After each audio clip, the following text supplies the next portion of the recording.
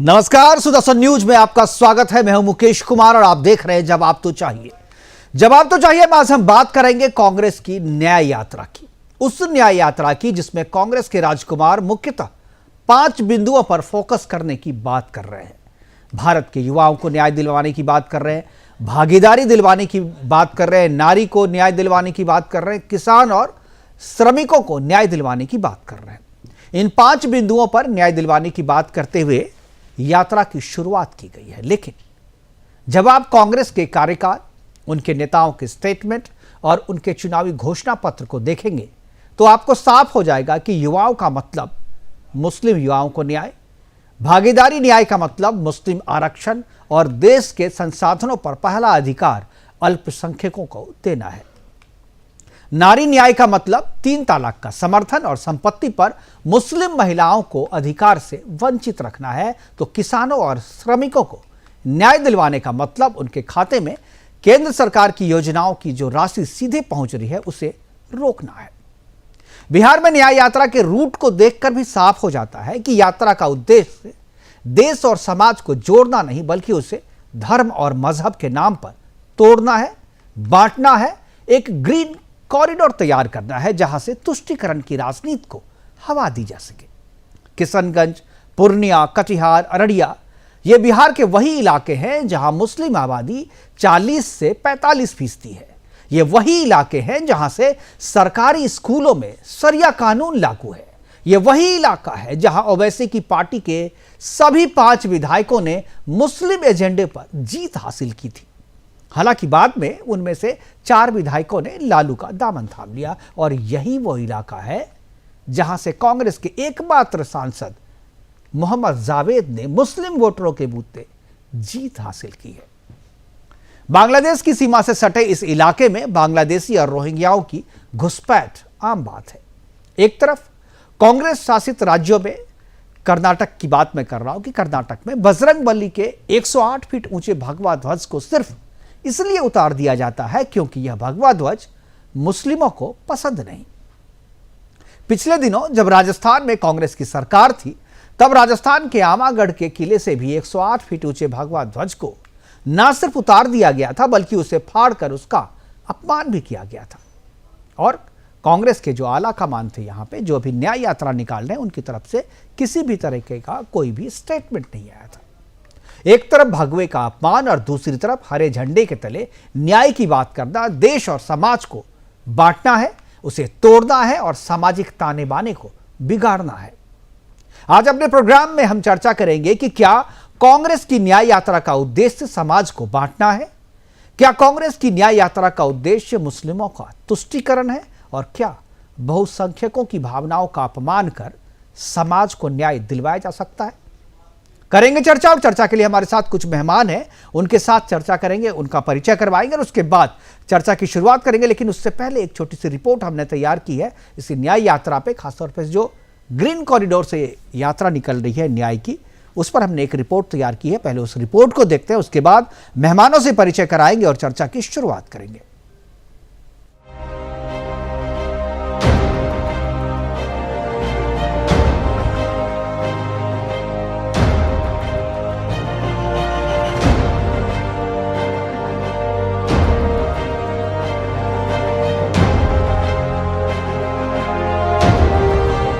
कल बिहार में इंडी गठबंधन की सरकार गिरी और आज बिहार में राहुल गांधी की भारत जोड़ो न्याय यात्रा का आगमन हुआ।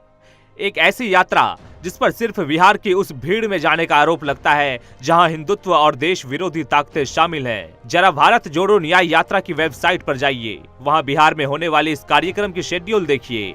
अररिया, किशनगंज, पूर्णिया और कटिहार ये 4 ऐसी जगहें हैं जहां भारत जोड़ो न्याय यात्रा का आयोजन हो रहा है। कांग्रेस अपने सोशल मीडिया चैनल पर तो ड्रोन शॉट से यात्रा की भीड़ दिखा रही है, लेकिन देश को ये भी समझना चाहिए कि बिहार में यात्रा के लिए निर्धारित सभी जिले मुस्लिम बहुसंख्यक हैं। पूर्णिया, अररिया, किशनगंज, कटिहार ये कोसी के 4 जिले हैं जहां मुस्लिमों की घनी आबादी है। पूर्णिया प्रमंडल में एक डाटा के अनुसार यदि मुस्लिम आबादी को आंकड़ों में गिना जाए तो ये 45.93% देखने को मिलता है। ये वही इलाके हैं जहां शरिया लागू है।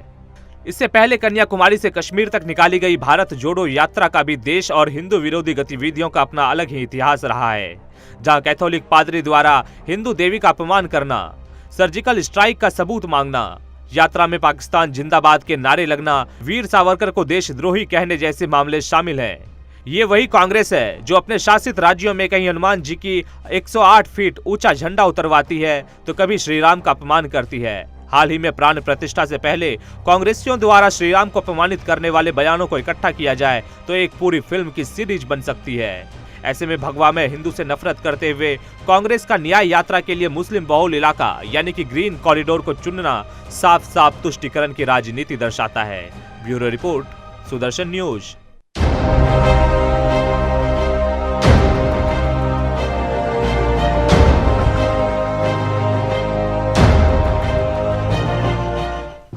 ये यात्रा जिस इलाके से निकल रही है वहां के सांसद प्रदीप कुमार सिंह जी से हमने बात की थी और उन्होंने अपनी प्रतिक्रिया भेजी है। क्या उन्होंने कहा है इस यात्रा पे, एक बार उनको सुनते हैं, फिर चर्चा करते हैं और मेहमानों से परिचय करवाते हैं। एक बार प्रदीप कुमार सिंह जी ने क्या कहा है, एक बार उनको सुनते हैं। राहुल गांधी जी न्याय यात्रा में नहीं घूम रहे हैं, यह तुष्टीकरण का राजनीति कर रहे हैं। जहां पे कांग्रेस शासित राज्य है, इनकी सरकारें हैं हिंदू बाहुल क्षेत्र में, वहां यह भगवान राम और भगवा का विरोध करते हैं। और अररिया जैसा जगह में जहां मुस्लिम बाहुल क्षेत्र है, यह मुस्लिम गोलबंदी करने का यात्रा है। देखिए, राहुल गांधी जी न्याय यात्रा में नहीं घूम रहे हैं, यह तुष्टीकरण का राजनीति कर रहे हैं। जहां पे कांग्रेस शासित राज्य है, इनकी सरकारें हैं हिंदू बाहुल क्षेत्र में, वहां यह भगवान राम और भगवा का विरोध करते हैं। और अररिया जैसा जगह में जहां मुस्लिम बाहुल क्षेत्र है, यह मुस्लिम गोलबंदी करने का। तो मुस्लिम बहुल क्षेत्र में यात्रा को निकाल करके मुस्लिम गोलबंदी करने की कोशिश की जा रही है, आरोप लगा रहे हैं प्रदीप कुमार सिंह जी। करेंगे चर्चा की शुरुआत और चार मेहमान हमारे साथ जुड़ गए हैं, चारों से आपका परिचय करवा दूं। चंदन प्रताप सिंह जी हमारे साथ हैं, एलजेपी के नेता हैं। चंद्रमोहन शर्मा जी हैं कांग्रेस की तरफ से, पीयूष शर्मा जी हैं बीजेपी की तरफ से, और मनोज लाल दास मनु जी हमारे साथ हैं जेडीयू के प्रवक्ता के तौर पे। एक बार मनोज जी का मुझे लग रहा है कि सही से नहीं आ रहा है, एक बार उनको फ्रेम उनका सही कर लें। मैं पीसीआर से करूंगा, एक बार मनोज जी का जो है फ्रेम सही करें। और चर्चा की शुरुआत चंद्रमोहन जी मैं आपसे करना चाहूँगा। चंद्रमोहन जी, यात्रा की शुरुआत तो पहले भी हुई थी, भारत जोड़ो यात्रा में भी बहुत सारी चीज़ें आई थी, बहुत सारी कंट्रोवर्सी हुई थी। अभी जो न्याय यात्रा बिहार में प्रवेश की है, मैं बिहार पे फोकस करके उसी पे चर्चा को केंद्रित करना चाहूँगा। जिस तरह से यात्रा का रूट बनाया गया है, एक ग्रीन कॉरिडोर तैयार किया जा रहा है कांग्रेस की तरफ से, और उन इलाकों से यात्रा को निकाला जा रहा है जहां पर मुस्लिमों की आबादी घनी है, और ऐसा लग रहा है कि ये यात्रा जो है मुस्लिम गोलबंदी के लिए की जा रही है। समाज को जोड़ने और न्याय दिलवाने की बात तो आप लोग करते हैं, लेकिन इस यात्रा से कहीं समाज जुड़ता हुआ नहीं बल्कि समाज टूटता हुआ नजर आ रहा है। चंद्रमोहन जी।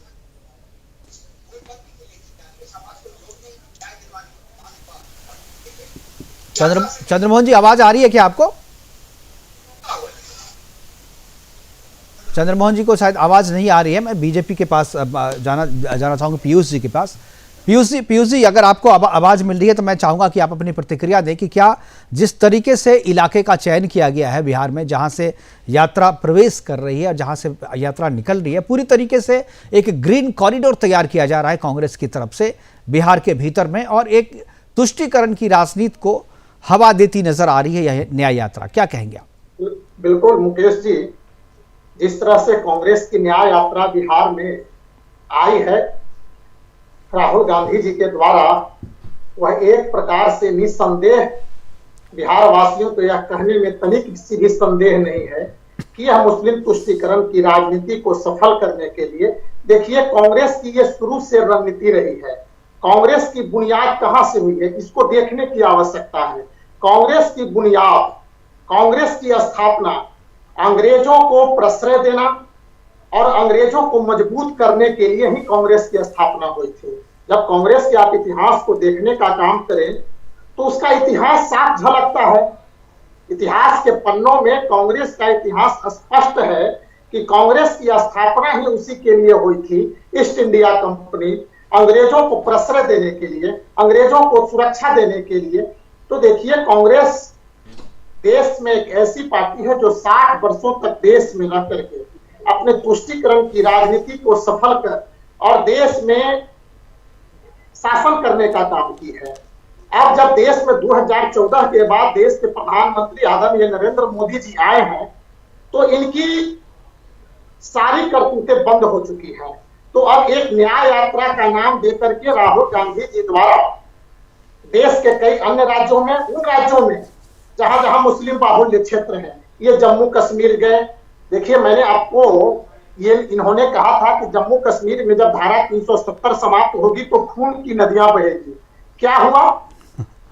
एक पत्थर भी नहीं चले, एक कंकड़ भी बिल्कुल नहीं चले। ठीक है, इस पे बात करेंगे। लेकिन जो मुस्लिम तुष्टीकरण और जो एक ग्रीन कॉरिडोर तैयार करने की कोशिश कर रही है, मैं उस पर अपने आज की चर्चा को मैं केंद्रित रखना चाहूँगा। मैं चंदन प्रताप सिंह जी के पास जाऊँगा, उसी इलाके से हैं चंदन प्रताप जी, मुखिया भी हैं, एलजेपी के नेता हैं, युवा है, प्रखर है और बहुत ही अच्छी समझ रखते हैं उस क्षेत्र की राजनीति पे और बहुत अच्छी पकड़ भी है। मैं एक बार चंदन जी आपसे जानना चाहूँगा कि आपके इलाके में ये यात्रा है, लोगों की प्रतिक्रिया और जिस तरीके से इलाके का चयन किया गया है, जिस तरीके से शहरों का चयन किया गया है, जहाँ पर सभाएँ रखी गई है, वो सब की सब जो है इस तरीके से रखी गई है कि एक वोट बैंक को टारगेट किया जा सके।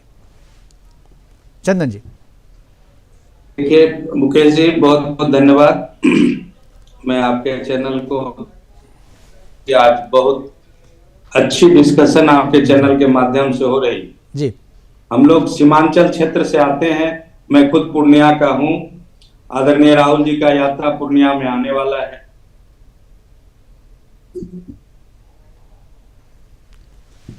वो बिहार में आए, खास करके हमारे सीमांचल क्षेत्र में आए हैं जी।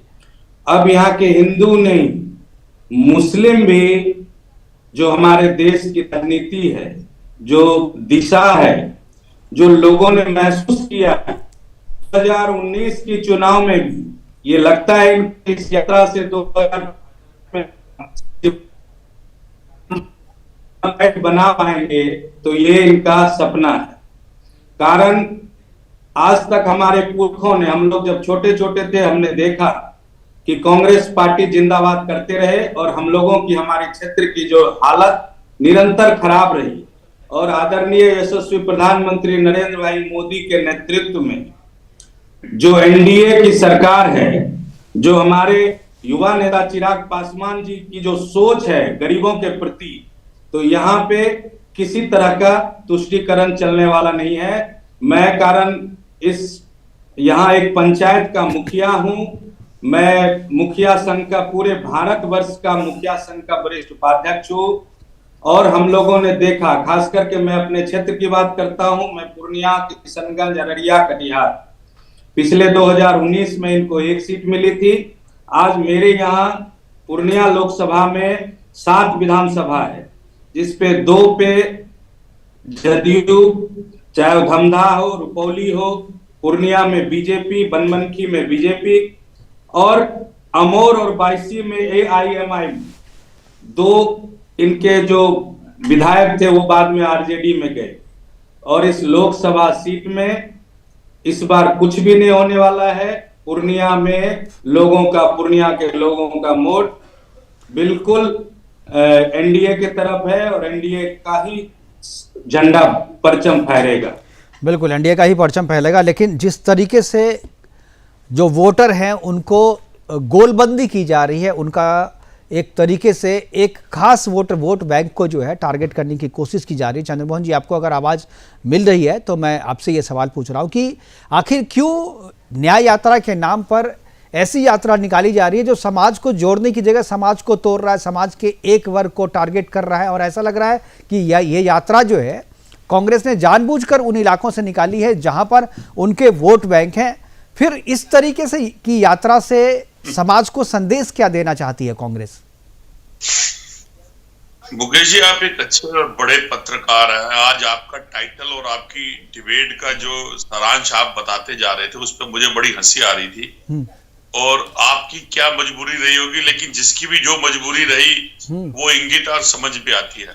और एक ज्ञानी आपके डिबेट में बैठे हुए थे जो कांग्रेस का संबंध ब्रिटिश हुकूमत से जोड़ रहे थे। अगर कांग्रेस का हुकूमत के साथ ब्रिटिश हुकूमत का संबंध था तो आप जैसे ज्ञानी कहां थे बंधु? आप कहां थे तब? आप तो निक्कर पहन के गवाहियां दे रहे थे उनकी। चलो उसको भी छोड़ देते, अब आते हैं राहुल गांधी जी के ऊपर। अगर देश के आपके कहे वक्तव्य पे, सुदर्शन टीवी के कहे हुए और सुदर्शन टीवी के एंकर के कहे वक्तव्य पे मैं जाता हूं, तो वो बहुत बड़ी उल्लंघना है देश के प्रधानमंत्री की, जो सुदर्शन टीवी और उसका एंकर कर रहा है। क्योंकि अगर देश के प्रधानमंत्री सबका साथ सबका विकास कहते हैं और ये कहते हैं कि देश के अंदर सब जातियां और सब धर्मों का सम्मान है और सब देश के लिए भाजपा सरकार है, तो आपने अपमान किया नरेंद्र मोदी जी का और भाजपा सरकार का। इसका जवाब आप भाजपा वालों को दे दीजिएगा। मैं अभी दे दूंगा, आपको चिंता ना करें, आप बोल लीजिए।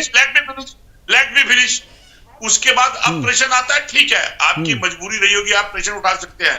हमें गर्व है अगर आप हमें ये बात कहते हैं, गर्व से कहते हैं कि अगर आप ये कहते हैं कि देश के एक नागरिक की अगर हम आवाज उठाते हैं तो कांग्रेसी होने के नाते, देश के नागरिक होने के नाते ये अधिकार है। संविधान सिखाता है कि देश के हर उस व्यक्ति, हर उस मजहब की बात होनी चाहिए देश के अंदर, वो किसी भी मजहब का हो। उसकी जबान के अंदर इतनी ललकारता भी होनी चाहिए कि संविधान के दायरे के अंदर वो सरकार को, हुकूमत को नींद भी खोल सके। अगर हमारे इस भारत जोड़ो यात्रा से हुकूमत की नींद खुलती है और आप जैसा समृद्ध पत्रकार इस पे प्रश्न खड़ा करता है, तो हमें गौरव है, खुशी है इस बात की।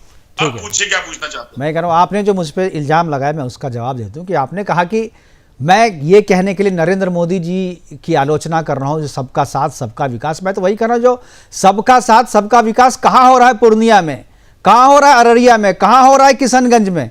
ये तो बताइए। आप तो सीधा एक ग्रीन कॉरिडोर आपने चूज कर लिया है और ग्रीन कॉरिडोर पे जा रहे हैं। भाई अररिया और जा रहे हैं तो आप पटना राजधानी वहां भी तो आइए। आप वहां तो नहीं जा रहे हैं, आप मुजफ्फरपुर नहीं जा रहे हैं।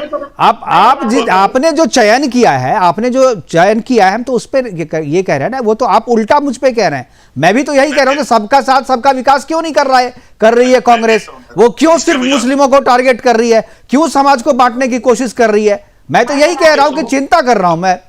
अब मैं दे रहा हूं आपका जवाब। हाँ, कौन सा रूट कहां जाएगा ये सुदर्शन टीवी डिसाइड नहीं करेगा, ये भाजपा ने डिसाइड। नहीं, मैं डिसाइड करता तो बहुत अच्छा डिसाइड करता हूं। आपने अच्छा किया। जवाब दे रहा हूं। हाँ। मैं आपकी बात का जवाब दे रहा हूं। ये हमारा अपना थिंक टैंक और कांग्रेस कमेटी के अंदर हमारे बड़े नेता डिसाइड करेंगे। देश 140 करोड़ जनमानस का है और देश के अंदर कई स्टेट्स हैं जिन स्टेटों से हम जा रहे हैं। हमने कन्याकुमारी से श्रीनगर तक की यात्रा करी, अब हम मणिपुर से मुंबई की यात्रा कर रहे हैं।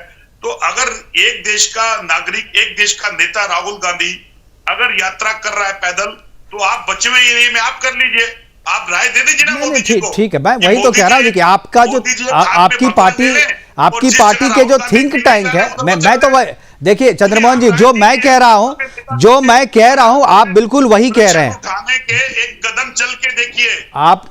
चंद्रमोहन जी देखेंगे तो देश को खुशी होगी। ठीक है, तो आपको भी निमंत्रण देते हैं कि आप भी चलिए। मैं तो कह रहा हूं ठीक है, निमंत्रण दीजिए। मैं तो आपके राहुल गांधी जी का इंटरव्यू भी करने को तैयार है, लेकिन उन्हें डर लगता है मुझसे, क्योंकि मैंने टाइम मांगा था, लेकिन उन्होंने लेकिन नहीं, क्योंकि उनको हमारे प्रश्नों से डर लगता है। उनको हमारे प्रश्न, सुदर्शन टीवी के सामने कांग्रेस के नेता मेरे जैसे आए और आपकी बातों का जवाब दे। नहीं, आप तो वही कह रहे हैं जो मैं कह रहा हूं। आपकी चिंता वही है जो मेरी चिंता है, इसलिए मैं बड़ा खुश हूं आपसे। आपने वही चिंता जाहिर की कि भाई आपके जो थिंक टैंक हैं वो तय करते हैं। मैं तो वही करता हूं, जो तय करते हैं आपके थिंक टैंक, वो सिर्फ उसी दिशा में तय करते हैं, देश की एक दिशा में, ग्रीन कॉरिडोर, मुसलमान वाले रास्तों पे, उन कंस्टिट्यूएंसी पे जहां पर मुस्लिमों की आबादी 40 से 45% है। क्यों नहीं आ रहे हैं आप वहां पर जहां पर दूसरे कम्युनिटी के भी लोग रहते हैं? आप एक ही दिशा में क्यों जा रहे हैं? मैं तो आपको सही रास्ते पे लाने की कोशिश कर रहा हूं। मनोज जी हमारे साथ है। मैं एक बार, मनोज जी बहुत देर से बैठे हैं। मनोज जी, यह जो यात्रा चल रही है और यात्रा का जो रूट है, मैं चाहूंगा जो आपकी प्रतिक्रिया हो, क्योंकि यात्रा के बिहार में प्रवेश होने से पहले आपके नेता भी इसमें शामिल थे। अब यात्रा के प्रवेश होने के बाद से आपके नेता जो हैं अब इधर से उधर हो गए हैं। तो आपकी जो राय है इस यात्रा के बारे में बड़ा जरूरी हो जाता है जानना। आप इस यात्रा के रूट के बारे में क्या कहेंगे? देखिए मुकेश जी, नमस्कार आपको। और मैं, जहां तक आपने कहा कि हमारे नेता भी इसमें थे, तो ये गलत है। हमारे नेता को कोई आमंत्रण दिया ही नहीं गया था। और दूसरी बात था कि हमारे नेता वैसे जगह जाते भी नहीं जहां अन्य दलों को पूछे बिना अगर कहीं कोई कार्रवाई होती है या कोई यात्रा निकलती है, वो अलग बात है। कांग्रेस का अपना न्याय यात्रा है, इससे पहले भी कौन जोड़ो यात्रा निकाले थे, वो अपने बलबूते पर ही कर रहे थे। हमारा एकमात्र यही कहना है कि यात्रा कांग्रेस पार्टी अपने लाभ के लिए कर रही है। कोई गठबंधन में जो लोग शामिल थे न उनके लाभ के लिए पहले भी किया, न अभी भी नहीं कर रही है। अब पता नहीं उनके दिमाग में क्या आया कि वो जो रास्ता बना रहे हैं वो रास्ता, ऐसे तो ममता बनर्जी ने तो अपने यहाँ सभा करने से मना कर दिया। हम लोगों को तो ऐसी है नहीं, सभी दलों का हम लोग इज्जत करते हैं, हमने कभी नहीं उनके से किसी यात्रा को रोकने का काम किया है। तो ये रास्ता इनका क्या है ये तो ये समझेंगे। रास्ता यही है कि अररिया से ये गायब है, ये पूर्णिया से गायब है, ये वहां है। तो हो सकता है कि इनको लग रहा हो कि दूसरे जात के लोग तो हमसे दूर है ही हैं। हो सकता है कि मुस्लिम हमारे पक्ष में एकजुट हो जाए। अब इनको दिवा स्वप्न आया हुआ है तो ये घूम रहे हैं, घूमने दीजिए। इनके घूमने से न हमको परेशानी है न इनको परेशानी है। इनका काम है केवल घूमना, तो अपना घूम रहे हैं। अब मुस्लिम बिहार का ये मुस्लिम है, अब बिहार का मुस्लिम जानती है कि किसको कहां पर बैठाना है, किसको कहां पर उठाना है। इसीलिए जो इतनी महत्वपूर्ण इनकी सीट रहती थी, कभी अररिया कभी पूर्णिया, वो सब इनके हाथ से धीरे धीरे निकल गया। इनके इसी नीति के लेके देखिए मुकेश जी, मैं एक बात जरूर कहूंगा और तमाम लोगों से भी हम अनुरोध करूंगा कि अगर हम राजनीति करते हैं तो राजनीति का तो एकमात्र अर्थ यही है कि जनता के बीच से होते हुए जाकर सत्ता में शामिल होना। राजनीति का अगर किसी दल की राजनीति है तो वह एक है, और सत्ता में आकर फिर जनता के भावनाओं के अनुसार काम करना, ये जरूर सत्य है। लेकिन मुकेश जी, कोई भी दल, कोई भी नेता ये अगर समझ लेते हैं कि हमको किसी एक धर्म के वोट मिल जाने से या उनको हम ये करके अगर कर सकते हैं तो अब उनकी सोच है। और यात्रा कहीं का भी होता है तो पटना होके गुजरता, राजधानी के होके गुजरता, तो कलकत्ता से पश्चिम बंगाल से आने के कई रास्ते लगे हुए हैं। खैर इस पर मेरी कोई आपत्ति नहीं है, लेकिन ये जो अपना अगर ये सोच रहे हो कि हम मुस्लिमों को एकजुट कर लेंगे तो दीवा स्वप्न है। देखने दीजिए 2014 में, देखिए राजनीति में कोई भी एक्शन, राजनीति का कोई भी एक्शन, कोई भी स्टेटमेंट जो है बिना संदेश के नहीं होता। उसमें हर एक स्टेटमेंट में, हर एक एक्शन में कोई ना कोई संदेश छुपा होता है। और चंद्रमोहन जी इस बात को बहुत अच्छी तरह जानते हैं, हालांकि डिफेंड करते हैं बहुत अच्छे से। पार्टी के बहुत ही कर्मठ और अनुशासित नेता हैं तो डिफेंड भी बहुत अच्छे से कर लेते हैं, लेकिन ये भी अंदर से जानते हैं कि क्यों उस रूट को चुना गया है और उद्देश्य क्या है। जैसा कि मनोज जी बता रहे थे तो बिल्कुल वही चीज़ है, लेकिन चंद्रमोहन जी बोलेंगे नहीं। चंदन प्रताप जी इसके पास मैं वापस जाऊँगा। चंदन जी, क्या आपको लगता है कि जो चूंकि आपकी पार्टी भी मुस्लिमों का वोट जो है और आपकी पार्टी को भी मुस्लिमों का जो है वोट मिलता रहा है और आप उसको गोलबंदी उसकी करते रहे हैं आपके नेता, क्या आपको लगता है कि केवल यात्रा निकाल लेने भर से या उनके पक्ष में स्टेटमेंट दे देने से और जब काम करने की बारी आई, जब आप सरकार में थे, जब आप सत्ता में थे, आपने कुछ किया नहीं, लेकिन जब आप विपक्ष में हैं तो आप जो है गोलबंदी कर रहे हैं, आप जो है केवल स्टेटमेंट जारी कर रहे हैं, उनके बीच से यात्रा निकाल रहे हैं। क्या आपको लगता है कि इतने भर से चीजें बदल जाएगी? क्या जो इक्वेशन है वो चेंज हो जाएगा? चंदन जी। हाँ जी, सबसे पहले आपको मैं बता दूं कि अब वो समय बिहार में, कारण हम लोग, अगर आप सच्चाई में पूछते हैं कि भारत अगर गांव का देश है बिल्कुल, तो लगभग करीब हम लोग 2,68,000 गांव, 711 गांव भारत में, हम लोग हर एक अपने क्षेत्र की बात तो है ही जी, देश के भी हर एक गांव में भी जाके लोगों से मिलते हैं हम लोग। सच्चाई में अगर आप बोलेंगे तो हम लोग एक एक लोगों से, एक एक वार्ड में जाके हम लोगों से अगर सबसे ज्यादा अगर गरीबों से या गांव के लोगों से बिल्कुल मिलना होता है। मैं थोड़ी देर के लिए मैं किसी पार्टी की बात नहीं कर रहा हूं, मैं आपको सच्चाई बता रहा हूं कि लोग जो अभी चाह रहे हैं, लोग अब उस तरह के उन्माद में जाना नहीं चाह रहे हैं, हिंदू मुस्लिम के तरफ नहीं जाना चाह रहे हैं। लोगों को सिर्फ ये मतलब रह गया है, गांव के लोगों को, कि हमारा देश किधर जा रहा है। आज से पहले हम लोग देख रहे हैं कि पंचायती राज व्यवस्था जब कायम हुई, गांव में अभी जो भारत सरकार का योजना है, चाहे वो मनरेगा के माध्यम से हो या 15वीं वित्त आयोग से, सष्टम वित्त आयोग से, जो भारत सरकार, सष्टम वित्त आयोग से राज्य सरकार का पैसा आता है, 15वीं वित्त आयोग से जो भारत सरकार का पैसा गांव में आता है, हर एक लोग, हम लोग ई ग्राम स्वराज के पोर्टल से जुड़ते हैं, एक एक लोगों को अब पता लग गया है मोबाइल के माध्यम से, मुकेश जी, कि हमारे लिए अब जात पात धर्म मायने नहीं रखता है। हम लोगों को केंद्र से, कारण हम लोग महसूस कर रहे हैं, अभी हमारे प्रदेश में जब पहले डबल इंजन की सरकार थी, जब कुछ समय से सरकार, केंद्र सरकार से के जो भाजपा की नेतृत्व थी या लोजपा की नेतृत्व थी, जो राज्य सरकार से नहीं रही, आरजेडी और कांग्रेस की सरकार बनी, जदयू की सरकार बनी, जब जो भी सरकार रही तो हम लोग उसका भुक्तभोगी हुए और ये परेशानी हुई। इसलिए आज कल की जो हालात हमारे प्रदेश की हुई, हम लोगों ने जो गांव में जो घूमे, हम लोग 2-3 दिन से, मैं भी अभी अपने गांव में, अपने क्षेत्र में हूँ, अपने पंचायत में हूँ, मिल रहा हूँ, बातें कर रहा हूँ, तो लोगों में बहुत सारी खुशी है। और खुशी इस बात की है कि बिहार थोड़ा सा गलत रास्ते पे गया था, अब फिर से अपने जगह पे आया है और तरक्की की ओर जाएगी। ये गरीब की एक एक जनमानस की ये बात है, जो सच्चाई है, मैं आपके चैनल के माध्यम से बताने। बिल्कुल बिल्कुल बिल्कुल। मैं पीयूष जी के पास जाऊंगा। पीयूष जी, क्या लगता है कि कांग्रेस की इस यात्रा से समाज में वैमनस्य फैल रहा है, समाज में बंटवारा हो रहा है, समाज में का जो ताना बाना है वो बिगड़ रहा है? मुकेश जी, बिहार जो है भगवान बुद्ध, महावीर, जयप्रकाश और लोहिया की धरती है। अभी जो कांग्रेस के प्रवक्ता जी बोल रहे थे कि भारतीय जनता पार्टी, और आप पर भी आरोप लगाने का काम कर रहे थे, दुख तो इस बात की है कि ये गांधी के, अपने को गांधी के अनुयायी बता करके चंपारण की धरती को भी छोड़ दिए। यदि ये न्याय यात्रा चंपारण की धरती से करते तो आज गांधी जी, महात्मा गांधी जी की आत्मा को चिर शांति प्राप्त होती। अपने को गांधी का अनुयायी बताते हैं और गांधी जी के जो बगल से निकल गए, गांधी जी के बगल से निकल गए, निकल गए, तो आज तो गांधी जी की आत्मा भी दुखी हो करके विलाप कर रही होगी और गांधी जी के अनुयायी बताते हैं।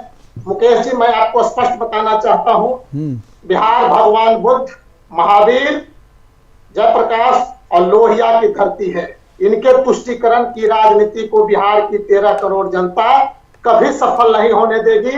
भारतीय जनता पार्टी के नेतृत्व में, और अब तो एनडीए के नेतृत्व में, अब तो एनडीए मैं कहूँ जिसमें नीतीश जी भी आए हैं, कल से गठबंधन की सरकार हमारी हो गई है, एनडीए के नेतृत्व में इनके कोई भी न्याय यात्रा से बिहार में, मैं इनको बताता हूँ कि ये तो जब मंदिर में जाते हैं तो टीका लगाने का काम करते हैं और बाहर में आते हैं तो तुष्टीकरण की राजनीति के लिए टोपी पहन लेते हैं। मंदिर में जाकर हनुमान चालीसा का पाठ करते हैं और बाहर में दिखाने के लिए, तुष्टीकरण की राजनीति करने के लिए टोपी लगा लेते हैं। तो देखिए, बिहार ज्ञान की उर्वरा भूमि है। बिहार की धरती पर इन लोगों का फूट डालो और शासन करो की रणनीति कभी नहीं चलेगी।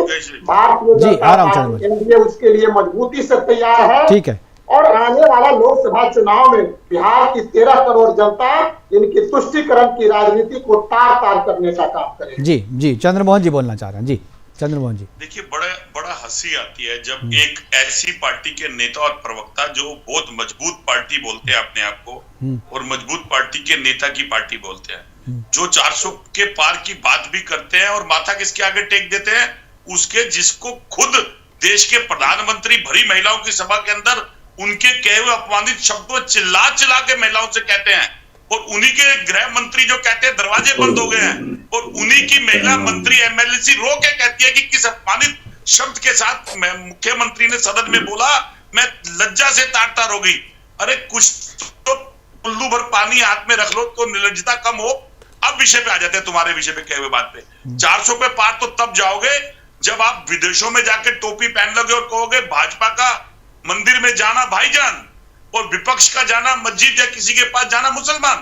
कब छोड़ोगे ये तुष्टीकरण? तुष्टीकरण 2014 के बाद बढ़ा। 2014 से आज तक तुष्टीकरण की राजनीति में ही भाजपा काम करते आ रही है। एक शब्द और आपने इस्तेमाल करा था, अगर आपको 10 साल की कार्य प्रणाली के ऊपर भरोसा होता और 70 साल के कार्य प्रणाली को आप पोस्ट के 2014 में 10 साल के शासनकाल पे आए तो 10 साल की पीयूष जी मैं आऊंगा, पीयूष जी आऊंगा आपके पास। चोरी करते हो क्यों? रात के अंधेरे के अंदर अपने प्रशासन और तंत्र का इस्तेमाल करते हो क्यों? उसके डर से नेताओं को डराते हो क्यों? जिस नेताओं के प्रति आप करप्शन की बात करते हो उन्हें ही बड़े बड़े पद दे देते हो। महाराष्ट्र के अंदर अजीत पवार के लिए क्या कहा था? 30,000 करोड़ का घोटाला। आज कौन है वो?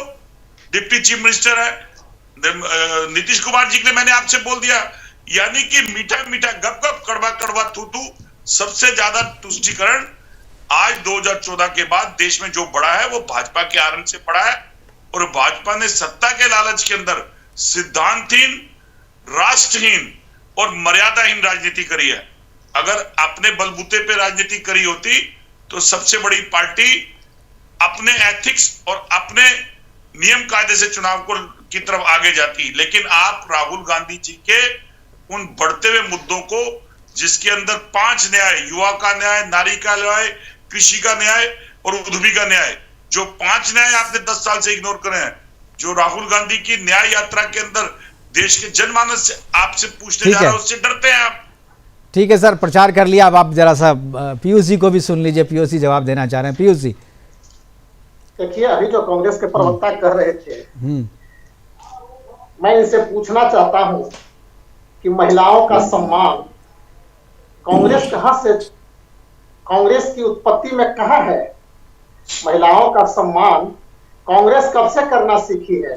अरे भारतीय जनता पार्टी तो सदन में 33% आरक्षण देकर के यह साबित करने का काम कि हम महिलाओं का कितना सम्मान करते हैं। इतना ही नहीं, मैं इसे पूछना चाहता हूं कि आज जो अयोध्या में भव्य राम मंदिर का निर्माण हुआ, उस प्राण प्रतिष्ठा में राहुल गांधी क्यों नहीं पहुंचे? मैं इसे पूछना चाहता हूं कि ये सनातन को गाली देने का काम, इनके कई ऐसे नेता के नाम हैं जो सनातन को और भगवान श्री राम को अपमानित और गाली देने का काम किए। चौथी बात, मैं इसे पूछना चाहता हूं, ये उस पार्टी के ऐसे लोग हैं जो सर्जिकल स्ट्राइक आतंकवादियों के मारे जाने पर भी सबूत मांगने का काम करते हैं। देखिए, ये लोग भारत में रह करके और पाकिस्तान, बांग्लादेश की बातें करते हैं। ठीक है, ठीक है, ठीक है, कोई जवाब नहीं है। ठीक है, लोकतंत्र के रक्षा के लिए, और ये उल्टा भारतीय जनता पार्टी पर दोष देने का काम करते हैं। और ये अजीत पवार की बात कह रहे थे, मैं इसे पूछना चाहता हूं, क्या अजीत पवार जी पर जांच बंद हो गई क्या? देखिए, भारतीय जनता पार्टी ने किसी को फंसाने का काम करती है, न किसी को बचाने का काम करती है। यदि अजीत पवार जी ईडी और सीबीआई के, सर उधर मत जाइए, फिर डाइवर्ट हो रहा है, पूरा डिस्कशन डाइवर्ट हो जाएगा।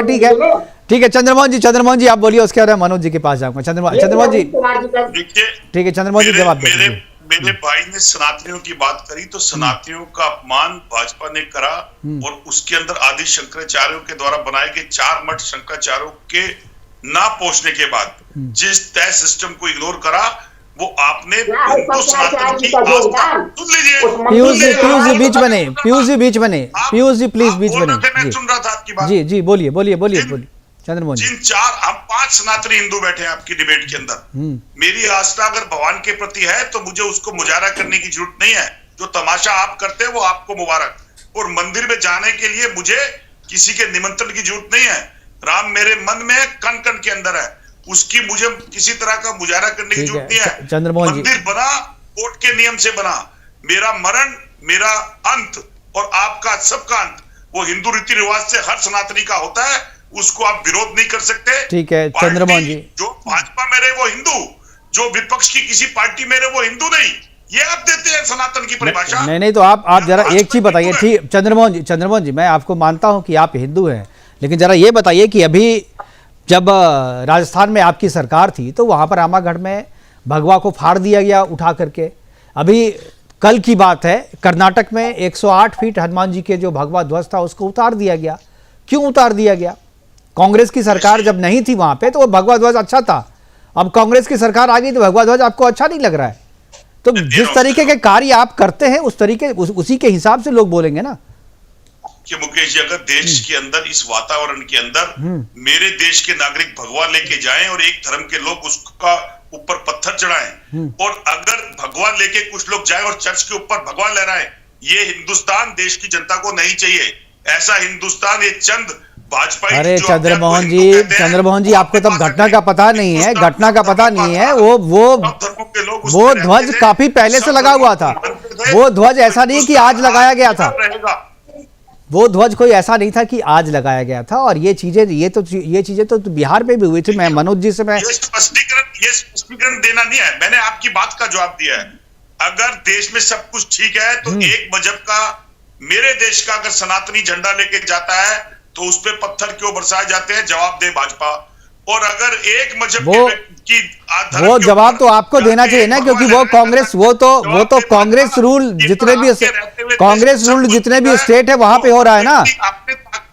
धर्म को दबाने अब आप देखिए ना, जब बिहार में जब आपकी सरकार थी, महागठबंधन की सरकार थी, तो वहां पर जो आरती करते थे, जो पूजा करते थे, उन पर भी लाठीचार्ज हो जाता था। मनोज जी, बिहार शरीफ की घटना याद है ना? तो अब तो नहीं होगा ना ऐसा? नहीं, देखिए, घटना घटने का हम गारंटी नहीं कर सकते हैं, पहली बात मेरी आप समझ। लेकिन प्रयास हमारा रहेगा कि इस तरह की जो घटनाएं हैं वो घटना न घटे, और जो भी इसमें संलग्न पाए जाए उनके खिलाफ कठोर कार्रवाई। हमने सासाराम की भी घटना के दोषियों को और बिहार शरीफ के घटना के भी दोषियों को पूरी तरह से उनको सजा दिलाया, उनके खिलाफ कार्रवाई की। तो हमें लगता है कि इसके बाद से घटना नहीं घटे। दूसरी बात मैं कहना चाहता हूं कि कांग्रेस विपक्ष में है, हमको लगता है कि अगले बार वो विपक्ष में रहेगी कि नहीं रहेगी ये अलग बात है। ईश्वर करे कि वो विपक्ष में हो। लोकतंत्र की सबसे बड़ी मजबूती है विपक्ष का होना। लेकिन कितनी भद्दी बात लग रही है कि ये अजीत पवार की चर्चा करते हैं, ये आसाम के मुख्यमंत्री की चर्चा करते हैं। अगर इनके पास कोई कागज हो तो रात में आतंकवादी के लिए सुप्रीम कोर्ट के दरवाजा खटखटा देने वाले इस सवाल पर क्यों नहीं जाते हैं भाई? क्यों नहीं अजीत पवार के खिलाफ कांग्रेस भाजपा सरकार उसको बचा रही है और उनके पास सबूत है, तो इनको लेके कोर्ट में जाना चाहिए जिसके भी खिलाफ हो। तो ये क्या बताना चाहते हैं? केवल भाषण देना चाहते हैं कि इससे कोई फायदा होने को है क्या? इनकी बात को अगर सुना होता तो ये 5 स्टेट के जो चुनाव हुए उसमें 4 में इनकी जमानत बन जाती कम से कम। तो मुझे ये नहीं कहना, मैं कांग्रेस का विरोधी नहीं हूँ और न मैं कोई भाजपा की नीति की मैं बात कर रहा हूँ। भाजपा उनको ली है, अगर ये गलत है तो इसके खिलाफ, जैसे अभी बोल रहे थे हमारे दोस्त चंद्रमोहन जी कांग्रेस की ओर से कि उनको क्यों ले लिया, उनको क्यों ले लिया, तो ये है। तो अगर इनके पास कोई कागज हो मुकेश जी तो हम इनका स्वागत करेंगे, ताली बजाएंगे कि अगर उनके पास सुप्रीम कोर्ट जाए तो वर्तमान भाजपा सरकार ने अपने ईडी के द्वारा ये सबको रोका है, लेकिन ये जाएंगे नहीं, ये भी आप जान लीजिए, ये जाएंगे नहीं। बस इसी तरह की बात करते रहेंगे और जनता इनको 3 बार से समझ रही है। बिल्कुल, हमारे पास समय 2014 में भी समझ ली, 2019 में भी समझ ली, अभी हाल के चुनाव में भी समझ ली।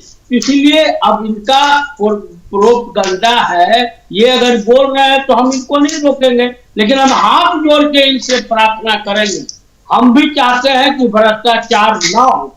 अगर इनके पास कोई सबूत है तो जरूर सुप्रीम कोर्ट में उसी तरह जाए जिस तरह आतंकवादियों के लिए आधी रात में दरवाजा खुलवाने का काम किया था। हम इनसे पुनः आग्रह करेंगे, क्योंकि अब इनकी क्या विश्वास है राहुल गांधी जी के सामने, ये तो यही बता सकते हैं सर। हमारी तो कोई विश्वास नहीं है।